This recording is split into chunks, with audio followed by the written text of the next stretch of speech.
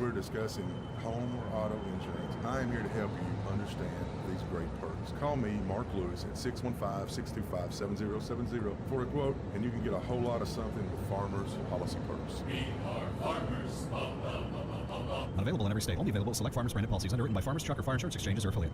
Want a flawless look without the wait? Step into the Vanity Zone in Smyrna, where upscale style meets everyday convenience. Specializing in precision cuts, color services, waxing, and more for men, women, and kids. All delivered by highly trained stylists with an eye for detail. And don't miss the signature hot towel refresher, the perfect finishing touch that leaves you feeling clean, relaxed, and ready for anything. Walk in or book now the Vanity Zone in Smyrna. Looking your best is always in style. At Dr. Automotive in Smyrna, we're committed to providing local car owners with top-notch auto repair services. With over 2 decades of experience, our ASC certified master technicians are experts in both foreign and domestic vehicles, ensuring accurate diagnosis and timely, cost-effective repairs. From oil changes to major engine and transmission repairs, we've got the cure for your car. Dr. Automotive, keeping your car running smoothly, mile after mile. Visit our website, smyrnaautorepair.com. Hey everybody, my name is Marcus Benitez. I am the founder and executive director of Strong in My Father Youth and Family Services. Our organization is designed to help young men growing up in homes with our Father have a better chance and a better life and better opportunities. Our organization is preventative, so our goal is to prevent kids from going to jail, juvenile, but live out the purpose that God truly has designed for them. For all information on our organization, if you're looking for a mentorship program and your child is between grades 2nd through 9th, we encourage you to go to our website, strongandmyfather.org, for more information. Sign up to be a part of Stronger Sons Mentorship Program, and then we're hoping that this program continue to help your son live out the true dreams that God truly has designed for them.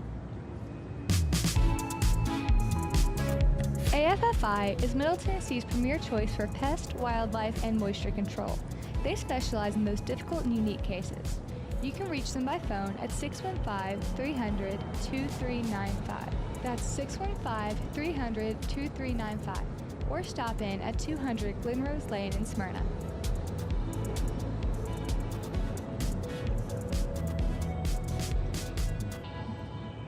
Hey, Middle Tennessee, it's Mark from the Safe House. Can I have your attention, please? I have an important announcement. Our president has a backbone. Thank you, President Trump. We sleep better knowing our country is protected. And speaking of protection, criminals laugh when you purchase a fake safe from a big box store. There's no better time than now than to visit the Safe House and see what a real safe looks like. Rebates now through the end of July on select brands. Our brands include Liberty, Fort Knox, and Browning. Drop by one of our locations or go to NashvilleSafeHouse.com. And remember, we don't just sell safes, we sell peace of mind.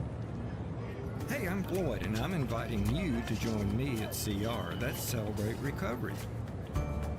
We meet at Family Worship Center, 3045 Memorial Boulevard on Sunday at 6 p.m.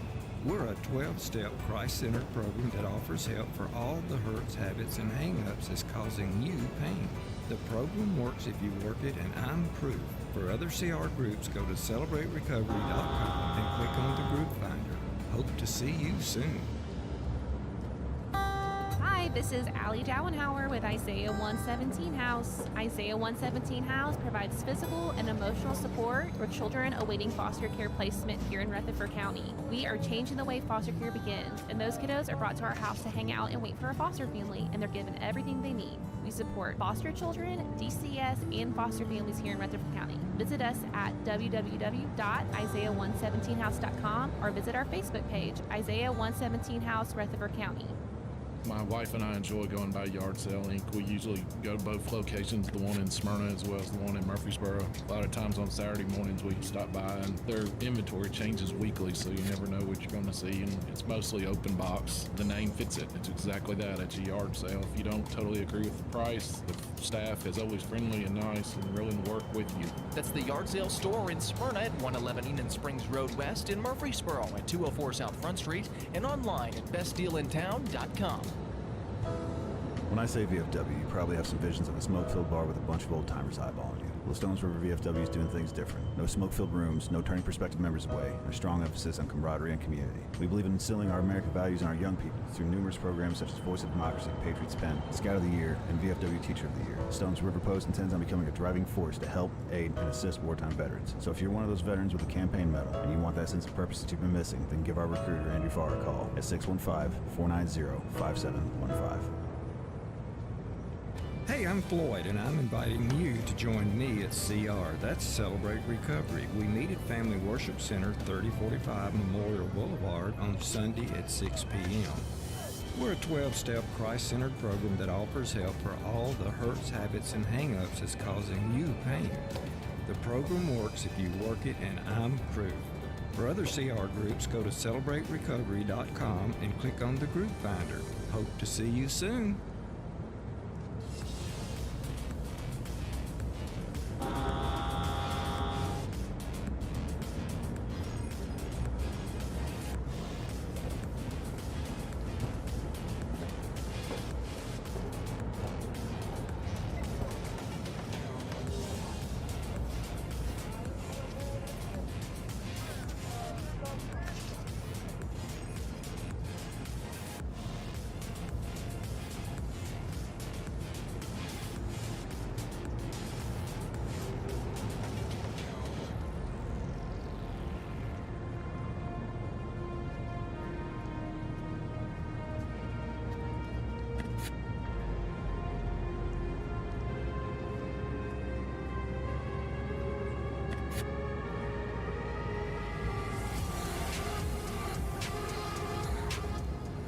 This is Conversations with Mike Sparks.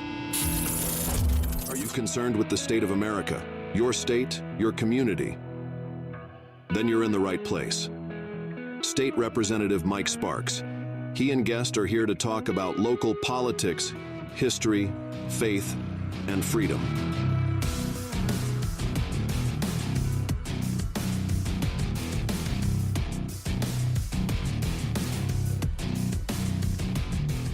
All right, you listen to Conversation Mike Sparks. I'm your host, Mike Sparks.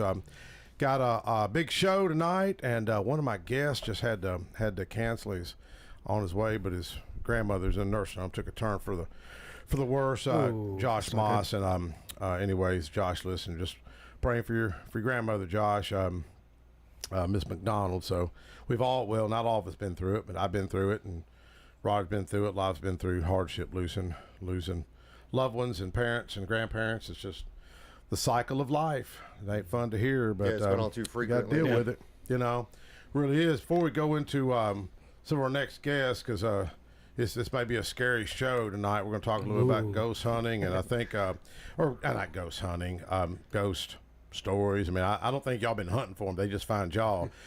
So we're going to go to Jeremy, our trusted intern. Jeremy, you had a few comments you want to get into. Yeah, go ahead. Real quick. Everyone take a moment to just sit still for a minute. What's that? Just bear with me. Y'all hear that? I didn't hear anything. That's the sound of Diego Pavia not running his mouth. Who? Vanderbilt's quarterback, after getting thoroughly embarrassed in the second half against Alabama. Roll Tide. Jeremy was at that game. Yeah, everybody knows. Yeah, Jeremy was at that Alabama. Oh, I've been so busy. My wife, we bought a new door, man. I talk about how God just provides, and we went to Home Depot, and I don't like to pay retail for anything. I mean, you know, I got that senior coffee, so it's not really retail. I got a discount. And you're not on really it. a senior. Well, that depends on how you interpret what's a senior.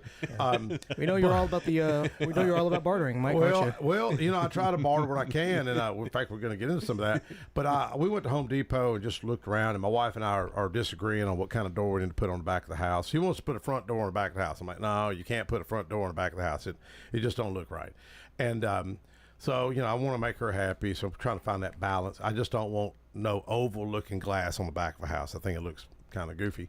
So we went to Home Depot, and I need to replace another door. Man, I found a door, brand new door with glass, exterior door for $119 marked down at Home Depot. Wow, that's cheap. Just said clearance. There you go. And I called Timing's everything. Well, I was heading home to get my trailer to go back, and I called a buddy of mine, Mark Carpenter, and he said, "Man, I'm over here by Lowe's. I'll pick up the door for you." So, man, Lord just boom, boom, boom, just provides, you know.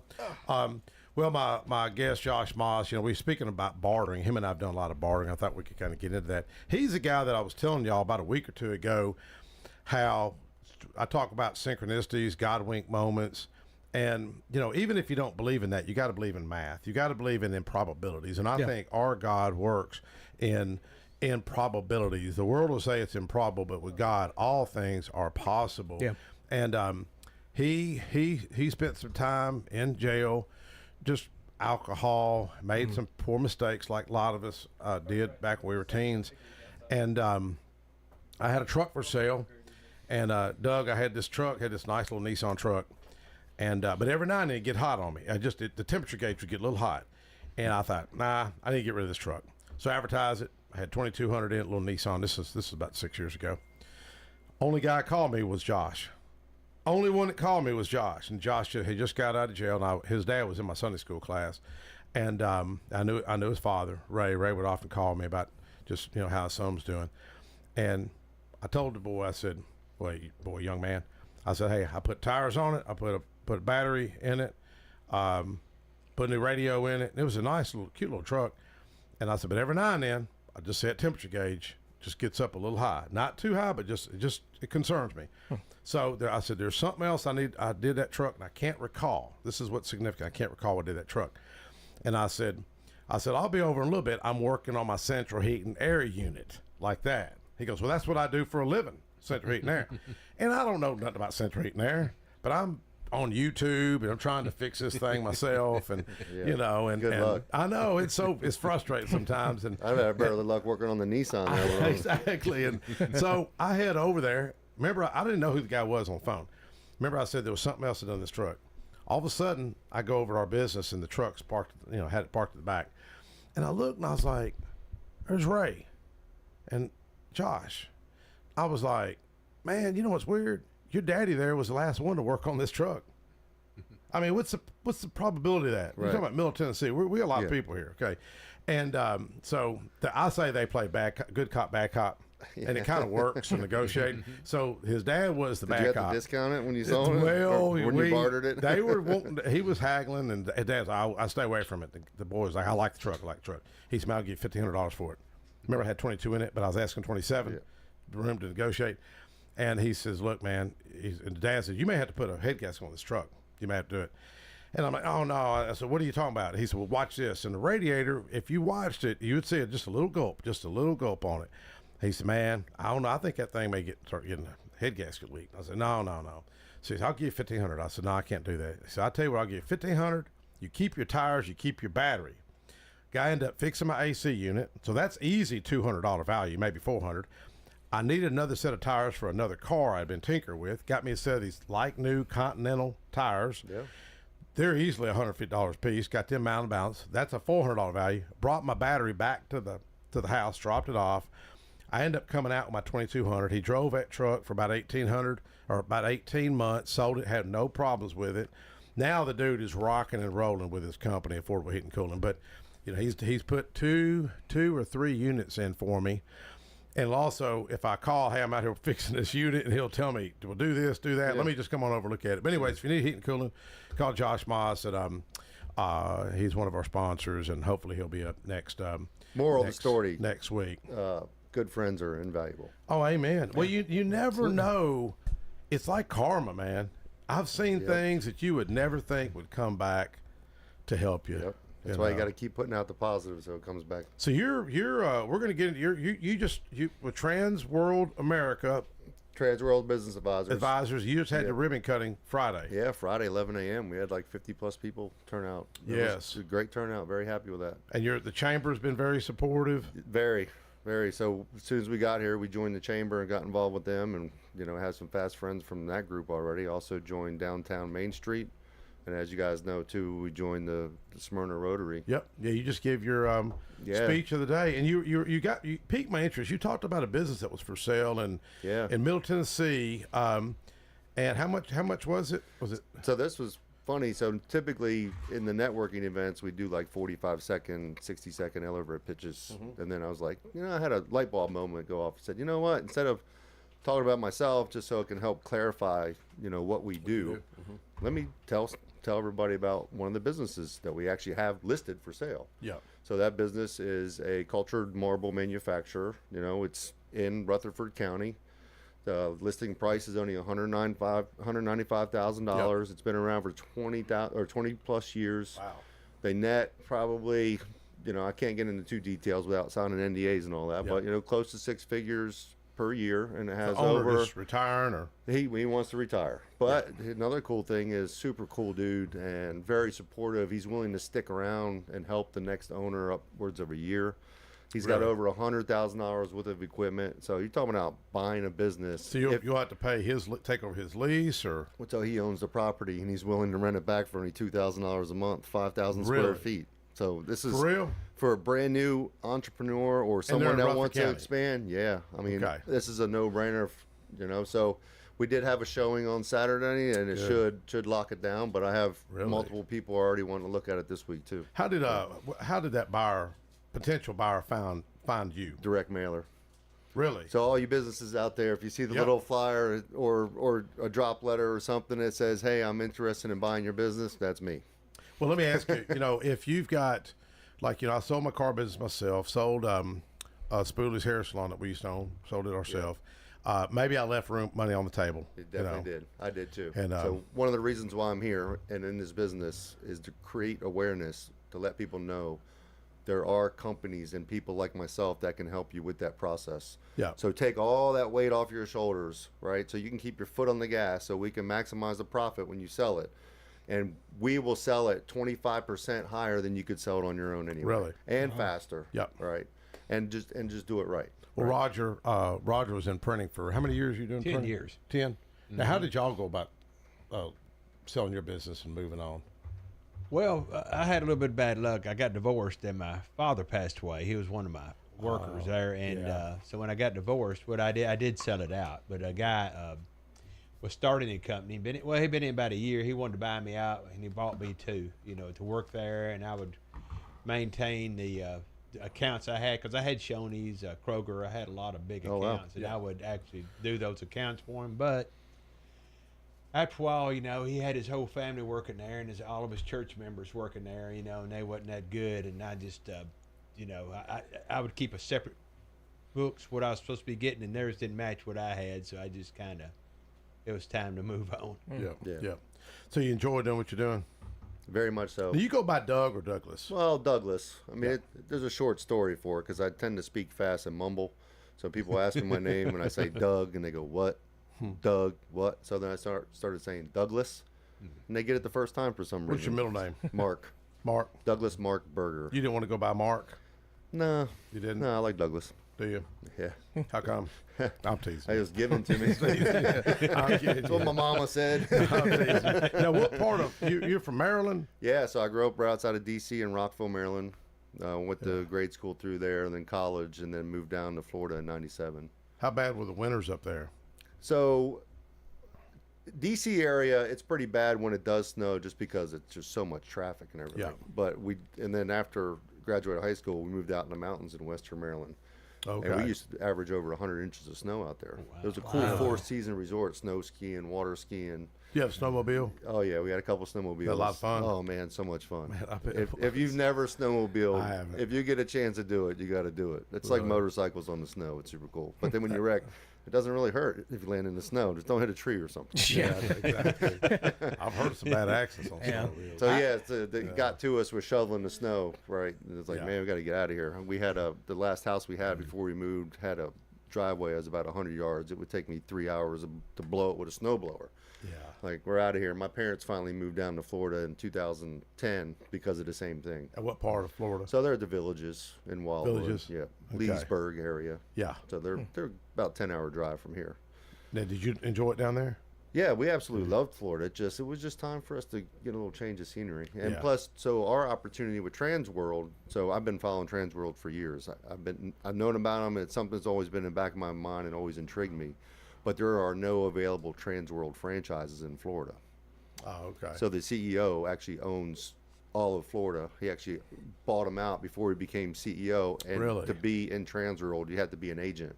And I have that entrepreneur spirit. I want my own business. And plus, so the timing with the opportunity and little change of scenery for me and the wife too. It just turned out pretty good. And Yeah. That's why we're here. Yeah. The well, it's an honor that you chose Smyrna Rotary rather than Murfreesboro breakfast or noon or. Yeah, I'm gonna go check them out too. But Yeah. it seemed like the right thing to do. I haven't been here for very long, but I heard of Smyrna Rotary. Yeah. A lot. Well, I didn't even hear of the other two until I joined the other one. Well, you had you volunteered with our fish fry, loading the truck and all that. You're right. So I did a few hours before and Yeah. after to help. Well, I because, appreciate you showing up, Yeah, you we know. weren't here that day of, Yeah. of the fish fry, but yeah, we definitely want to be a part of the community and help. Just that one fish fry. I think it's, the total of 23. I think we've raised two. Yeah, it was over 200,000, right?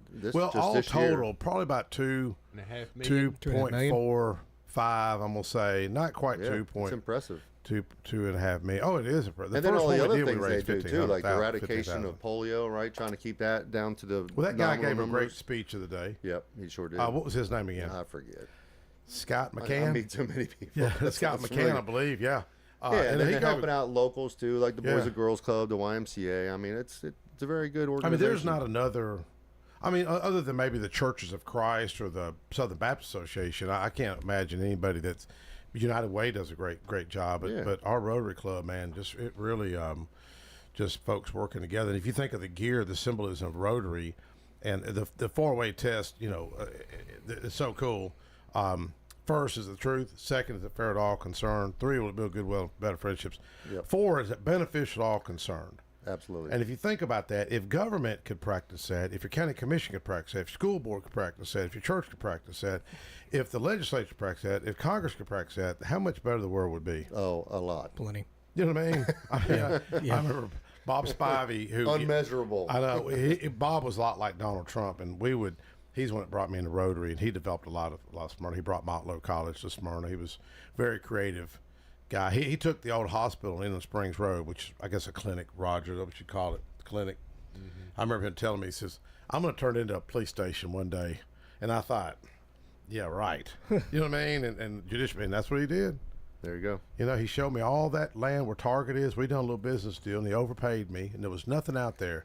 And I had to call him back and go back to get another check because we done some bartering, done some little real estate together. Of course.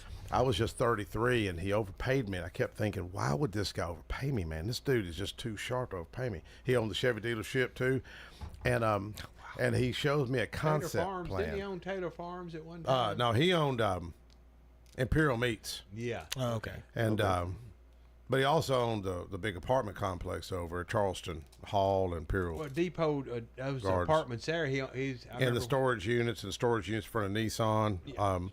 But he overpaid me. He had this big old site plan, concept map. It was like a 4x6, 4x5 concept laid out on his desk. And he's, come here, let me show you this. And that may have been why he overpaid me. Well, one, I think it was a test. 2, come back and see that thing. And he says, I'm going to do all this. And all it was, that hill where Target is, if some of the older folks remember, nothing but rocks, cedar trees. Yep. And I thought, he's full of it. He made it all happen. I was old enough to remember when all that was there. He made it all happen. And I've grown up over the years. I saw that development happen. Well, he was a real visionary. He owned Starbucks, Dan, Doug. He owned Starbucks, all the hotel sites, Rush Trucking. He owned that. He sold Cracker Barrel. There you go. Sold the movie theater. There you go. The Sonic. Oh, it used to have the big event center. What was that called? Where the truck place where is Rush now? Trucking is. That's Rush Trucking. Yeah. Mhm. Okay, but it used to be. What was it? It was called something back in the day when he first opened it. Mid-10 Expo. No, before that. Remember some kind of. Oh, he sold it. He sold it to a guy that did those big carnivals across the United States. Okay. Oh, Carney, sweet. Oh, yeah. Because that guy got pardoned by Bill Clinton. He really did. Hey, makes sense. I went over there. I was going to try to buy. He had some equipment for sale, and I just remember seeing it, and I was going to go over and try to buy a few pieces of stuff he had. It was like carnival equipment and some trucks and some campers. And I looked up and I seen this picture of him and Bill Clinton up on the wall. And I'd heard about that he got pardoned, but I didn't want to tell him, I know you got pardoned. And I said, hey, and I seen that picture. I said, "See, you got a picture of Bill Clinton." Like, what happened here? Yeah, and I was just feeling him out. And he goes, I said, "What was Bill Clinton like?" He goes, "Oh, he's a great guy. I bet he he was a cool dude to hang out with, I'm sure. And I might want to work for him. That's what she said. That's kind of where I was going with that. Anyways, he didn't have relations. No, but exactly. He kind of tells me, he says, he's a nice guy. He says, man, if you met Bill Clinton like a year ago, and you talked about, say, some car. Say we talked about what color's your Corvette? White Corvette. He said, or some old car. He said, he'd remember your name. He'd remember the conversation. I said, well, do you have a Rolodex? Back then we had Rolodexes. You don't even know what Rolodexes are, do you? Oh, no, I do. You know, little paper. Yeah, I do. Spin it. He said, yeah, he had a Rolodex in his head. He said, that dude was brilliant, you know. But I think Bob ended up getting the business back. He done some owner financing, but Bob was smart, man. Yeah. Kind of like Mr. Jones, isn't he? You know, kind of like him. Yeah. You know. Yeah. Well, Roger, you got something coming up because we were cutting up before we went on the air about. I asked Douglas. I do keep wanting to call you Dan. Douglas, why if he believes in ghosts, and you said you did. Yeah, I mean, so my wife's got this little median thing going on anyway. It kind of runs in her family. Oh, really? Right. So there's always kind of like a 6 degree of separation with that. But so we bought a house, one of the houses that we had in Tampa, and we bought it from the kids from the woman that had passed. That passed away. And then I would hear at night when I'm sleeping or when it was quiet, I would hear music coming from one of the other bedrooms, you know, and then found out later from the kids that sold us the house that it was her music room. So, and you can picture it, like, because I picture like my grandparents back in the day, and that, you know, the seating area, like a chair and a couch, and then the cabinet stereo with the flip top, and then you can did you ever hear Douglas? It wasn't that bad. No, it was very, very subtle. It wasn't like alarming. Roger's shaking his head over there. or scary or anything like that. Well, the reason I ask it because the whole month of this month, we'll try to do some ghost stuff and paranormal stuff. But Roger, you know, we talked about this last year. We've talked about it a few times. You know, tell folks if they don't know what you do, because they may not know what your background, what you do. Tell listeners what you do. Oh, yeah, I'm a tour guide 2 days a week at Sam Davis Home. I've been doing it for 8 years. I retired. And you're also chairman of the historical... Vice chairman, Historical Zoning Commission in Smyrna. Okay. But what we have our ghost tours every year, okay, at Sam Davis Home. And this year it's the 10th and the 11th of October and the 17th and 18th. And it starts at 6 o'clock. That's in the following weekend, 17th and 18th. 6 to 10, the Friday night, Saturday night. Last wagon goes out at 9, and that's, like I said, that's our biggest, money maker out there. But we got a thing going on this year. It's History After Dark, so we're going to be doing something there all the way till October 31st, Halloween Day. It's going to be these for adults only, and they've done it before, and they limit to 15 people, and they sell out real quick. You have to do it online. I can imagine. The other you pay there on the ghost tours. Yeah, that sounds cool. But this right here, you do it online, and they're having it the the 24th and the 25th, and Halloween night the 31st. And like people have done it, we got somebody to come back to this. They'll do it again. They love it so much. I'd have to come. But do it's that. They go through everywhere. They go not just a ghost tour through the downstairs of the house. When you go with this one, you do the whole 9 yards. Yeah. I have to make that a birthday gift to myself because the 24th is my birthday. So. There you go. Have you ever been over and done that? Done the ghost tour? No, but I have done years ago. I did do like a tour of the Sam Davis Home. It's like very sparse memory, and so. Oh, okay. I must not have been your guide then. Yeah, probably no. Yeah, definitely not. But yeah, I think I did a couple of childhood like photo shoots at Sam Davis Home. Probably did. Yeah. But Mike, I want to give a shout out. My sister's getting ready to have a little bit of hip surgery. She's been in a wheelchair, man, for 6 months, and her husband is on a walker. And Diane Baxter and David Baxter, my sister and my brother-in-law. And I'm gonna run over tomorrow and help them out and do some things. They live off of Thompson Lane here in probably in your district, possibly. But yeah, nice. but no, they're Well, my district stops at Thompson Lane. Yeah, okay. At the battlefield. Okay. Right up in there. But anyway, but like I said, I'm gonna go and help him out, do some things. I'm gonna put him in a rail, one of those, grab rails in the restroom, because he fell here about 2 weeks ago. She couldn't get him up. She's in a wheelchair. Oh yeah. And they call her son in time. Gets there, and then, I don't know what she's gonna do when she has her. My late mother, my late Scotch Irish mother would say, if you got your health, you got it all. Yeah. I didn't really believe her. Then you start slowing down, you start seeing injuries and people getting hurt. But speaking of ghost tours, going back to you, Jeremy, you've had your own ghost tour at Sam Davis, right there at Sam Davis property. Well, the golf course, there, bumping right up to. It used to be part of the property. It was, yeah. Did I think Gary LeFew, mutual friend of ours. I think he was planning on. I don't know if they've done it yet or not, but they were planning on putting a placard on that wrought iron fence of about where Jeremy saw the ghost. Yeah, Mr. Wiley Sanders and his 2 wives. He, I think his first wife. That's who you think you saw? Well, it was just a formless blob, and so Mike's listeners, they've heard this story before, but I'll tell it again. So one morning, in like one of my first few years as working as a part-timer at the Smyrna Golf Course as a groundskeeper. It was an unusually foggy morning. I think there's just like a small cold front that came in with like potential rain and whatnot. But anyway, I was out there mowing fairways. So I was on a deck fairway mower. Out there, my partner, he was on number 10. I had gone over to number 11 to sort of leapfrog the fairways in the back. And so, as I'm coming up around the bend, and as Mike's listeners, if they've played over at Smyrna, they know how hole 11, they know how 11 dog legs left, right, over into around the corner. They built the course around this gravesite, and as I'm coming up to this bend on my third pass, I went down, made one pass down, came back. On my pass going back towards the green, I see this shapeless form just right outside the gravesite, and so I'm thinking, it's 5:45 in the morning. Nobody's supposed to be back here, other than me and someone else. So I was like, all right, well, I'll have to go do my due diligence and tell them that they have to leave. And so I stopped in the middle of the fairway.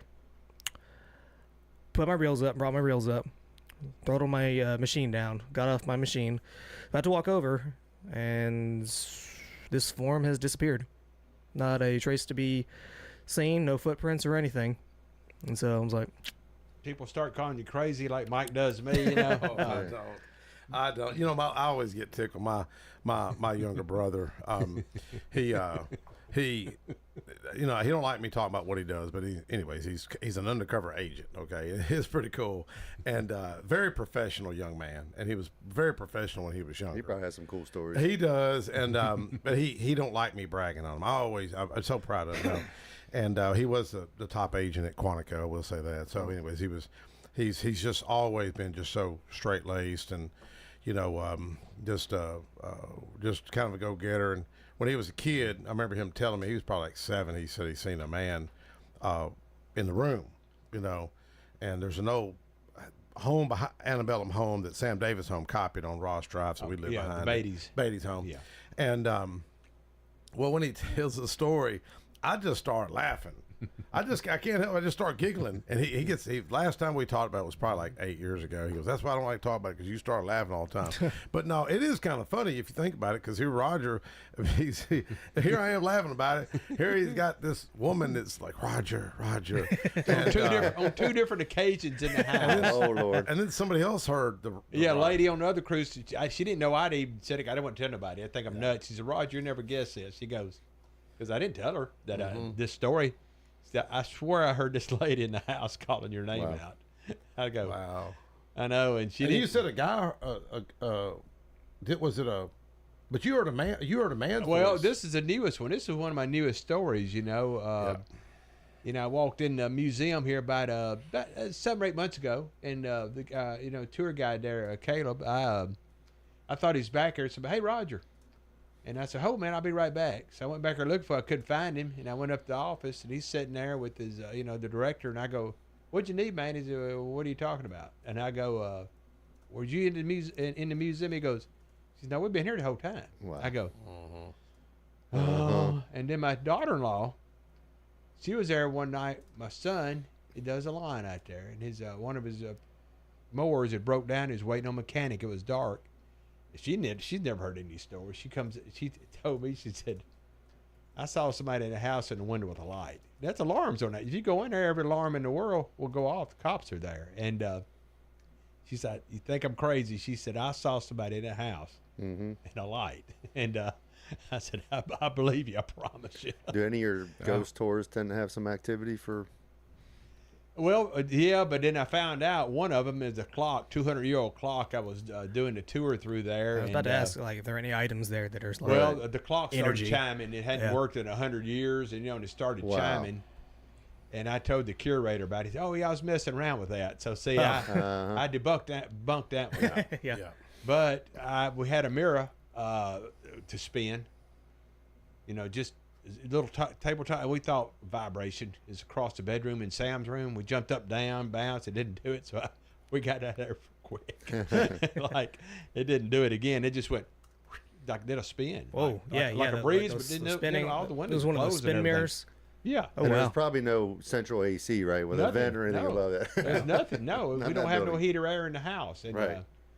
And like I said, it was no windows were cracked or anything. And we jumped up, down. We thought, sometimes you can do things if it's barely sitting there, like it would spin. But it didn't. But but the girls, a lot of girls, the past employees wouldn't even lock the house up at night by themselves. It had to be then had to have somebody else to do it. Yeah.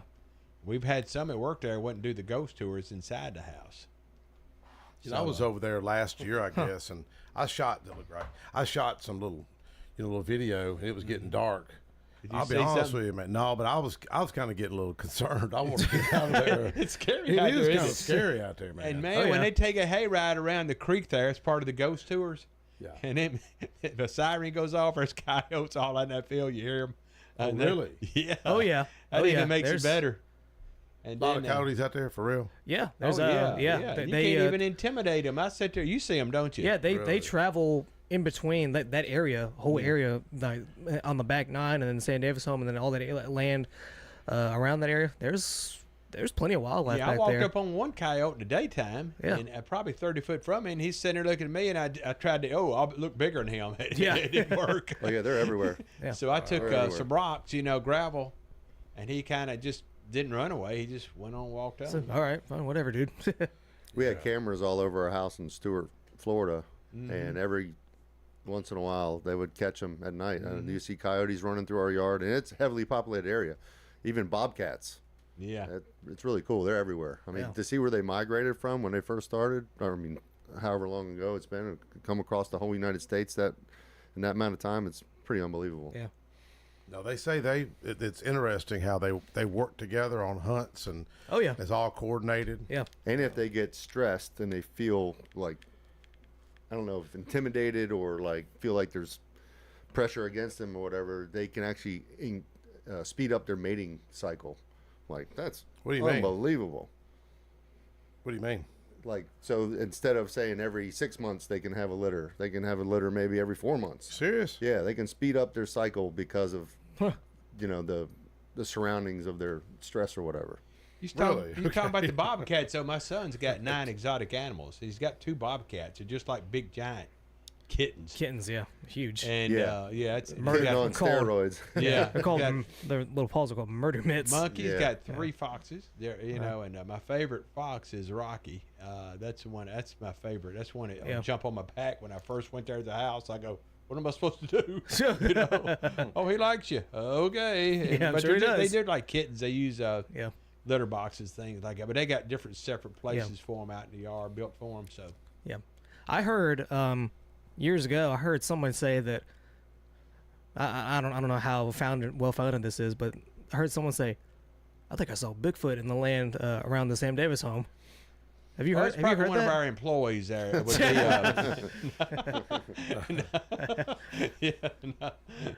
No, I've never seen anything stuff I thought I've seen, but I debunked it. But as far as that other, I couldn't explain it. The other things that happened over 8 years now, and they're not over, over that time, not like every month. But I did read some things that happened years ago. People, these ghost guys came in with the recording things. Okay. Oh, at Charles' place. Yeah, years ago before I was there. Was it Years those, ago, go- whoever anyway, whoever it was that came in, they did pick up a woman's voice in there. Ooh. Oh, really? Yeah. Did it say Roger? Not yet, but they said it later on when I worked in there. But I don't know what they said the first time. And also there is some other things like moving around. Mm-hmm. There's like this this boot jacket, call it. It's in Sam's room. Okay. It's original to the house. Sam's room is upstairs. Yeah, upstairs, the old part of the house. And anyway, one of the stories that boot jack would be at a different place. So once I read the story, I started watching. Really? Yeah, because we got it gated off. Okay, everything's gated off for us. So I went in, that thing was moved. I said, really? Yeah. Well, one of our friends. But I debunked that because the curator, that's another thing. He said, I meant to tell you that moved, Dad. I was, thanks a lot, man. I'm trying to run out one of of the our house. friends worked there years ago, and they would often talk about they'd fix the bed, make the bed, and you could see where someone sat on it. It is. That was one of the stories from years ago, and that's where the grandmother probably passed away. That spot. Really. And it's a print. It's a person's imprint in that feather bed. You can smooth it out, and the next day you come back and it's right sunk right back in. Did you ever see the original Psycho, the original one back in the '60s and Jason in the '60s? Bateman, or not that. I don't know. Is it the Bates Motel you're talking about? Yeah, the old Bates black Motel, and white. yeah. Well, if you ever notice when he picks up the mom, she's petrified. She's been for 10 years. And her imprints in the bed. This is the same thing. Really? And I saw it when I was 9. I mean, all that, no ratings back in. Went in with my 13-year-old sister. Let's go see this movie. That's funny you brought that up because the wife and I just started watching that monster series on Netflix. And it's about the guy who the Psycho movies is based upon. Oh, yeah. That really did that. Unbelievable. Scary stuff. Yeah. Oh, Alfred Hitchcock. He was pretty good at that stuff. Yeah, it's like the birds. It looked like a million birds. I think 7 birds. I never realized it was based on a true story. Yes. So check out the Netflix series Monster. Look at Mike. I never heard that. So this is probably where even the Silence of the Lambs came from. So this is a true story. The guy used to cut them up and make lampshades and seats out of skin. Oh yeah. I don't like scary movies, man. Yeah, I mean it's it's so real. It's scary. Buffalo Bob was his name, right? Yeah. Well, this guy was I can't remember his name. It puts the look down. I'm not gonna. I had a tour this week of Discovery Center, and was it haunted? Well, no, but I was talking to them about the underground tunnels. Yeah. They said they had heard that because I think I've shared with y'all. I did a ghost tour up here on the square years ago. I was on the county commission at the time, and my wife and I, she's more into that kind of stuff than I am, and we're lagging behind the rest of the tour. We're walking around, and this guy doing the tour, I forgot what company that did it. I don't know if they still do it.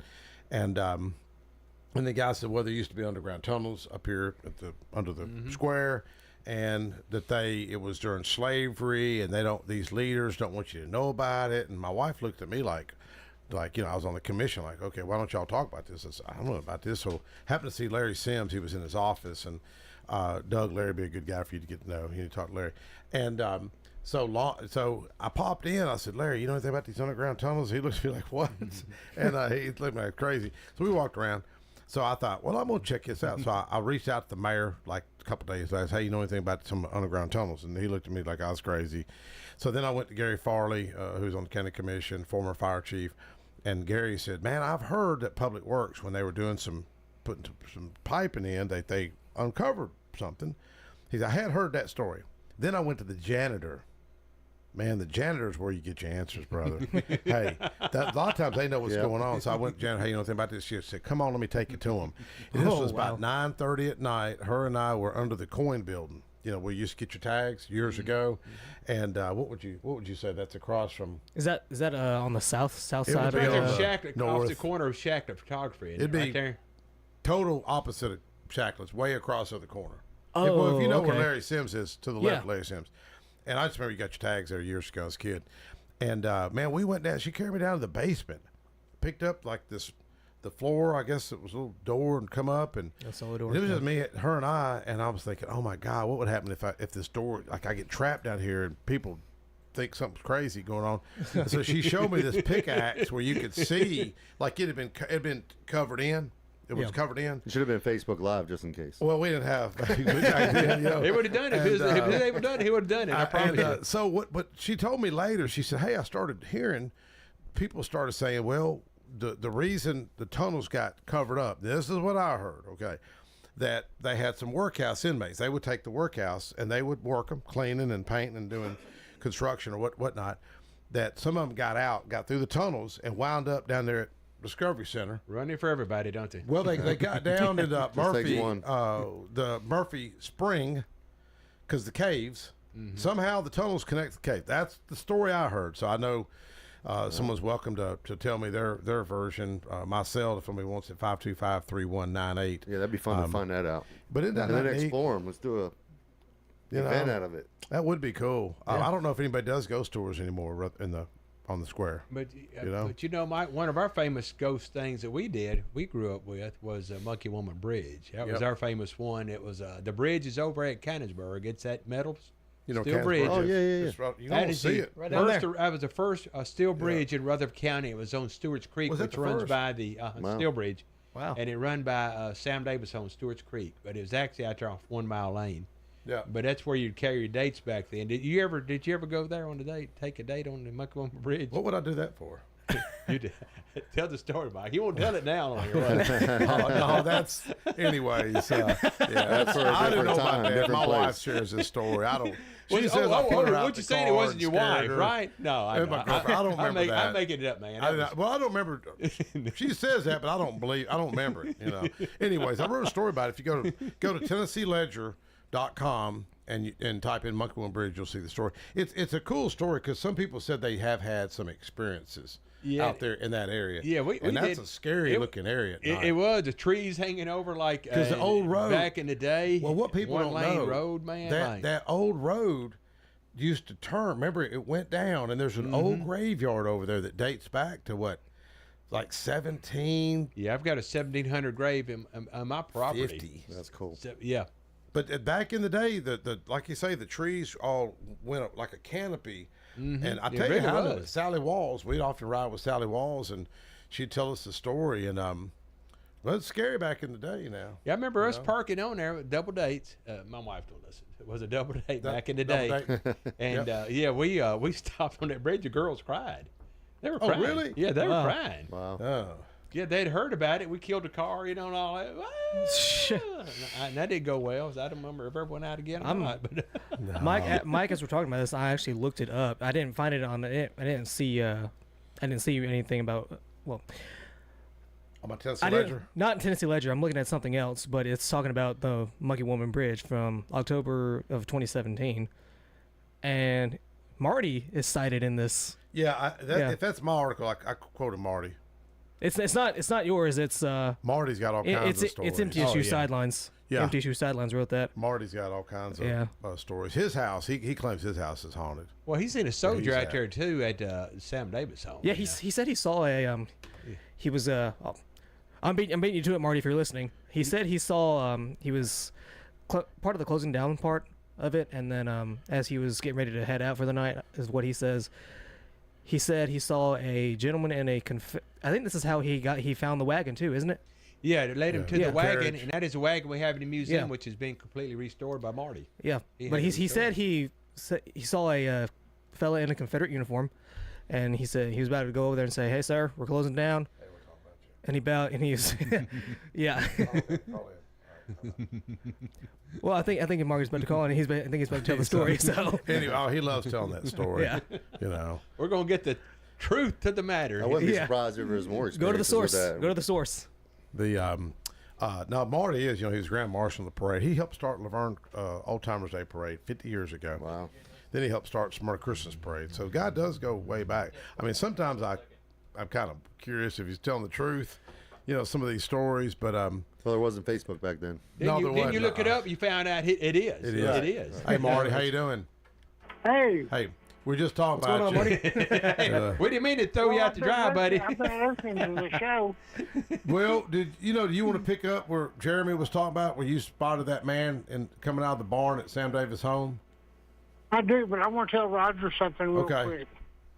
He talked about that girl crying when he was with her on Monkey Woman Bridge. Uh-huh. Yeah. I wonder if Roger ever thought he was crying because she wanted to be with somebody else. That's probably how it ended. When we left there, that's probably what it ended up being. Thank you, Marty, for getting my back there. Confidence. Yeah. I got you, brother. I got you. Is Jeremy up there with you now? Yes, sir. I'm right here. Right here. Oh, Jeremy, I got to tell you, man, I love what you've done to your buildings over there. No, you got the wrong Jeremy, brother. No, that's not. Yeah, you're talking. That's Jeremy Bird. This is our Bird. intern, Jeremy Spitzen, the one that's seen the goes behind Sam But Davis. it is. home. But you're on that. What you're saying, it is good. He did a great job, didn't he, Marty? Oh, he has. Oh, yeah. Yes. Well, anyhow, Jeremy, I'm going to call you wrong, Jeremy, so I can keep off that place. All right. But anyhow, I was at Sam Davis home, and this was back in the 70s. And I was kind of a grunt for Mrs. Beverly that worked over there. She was like the woman over. She was the Roger at Sam Davis home back then. So anyhow, we had what they call days on the farm, where people came and they'd build fires and set up kettles, and they would show you how to weave clothes and all kinds of stuff. Yeah.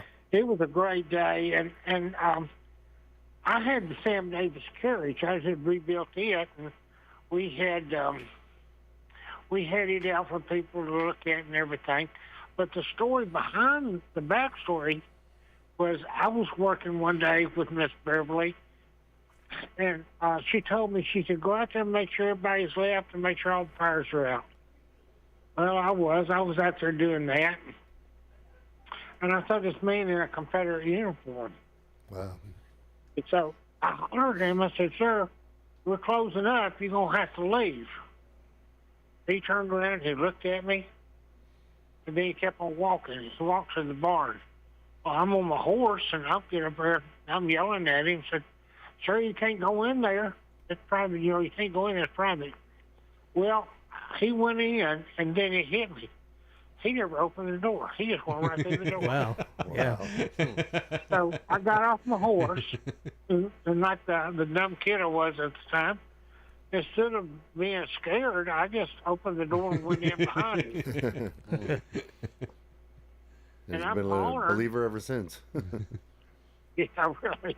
So I'm hollering at the guy, and there's no one in there.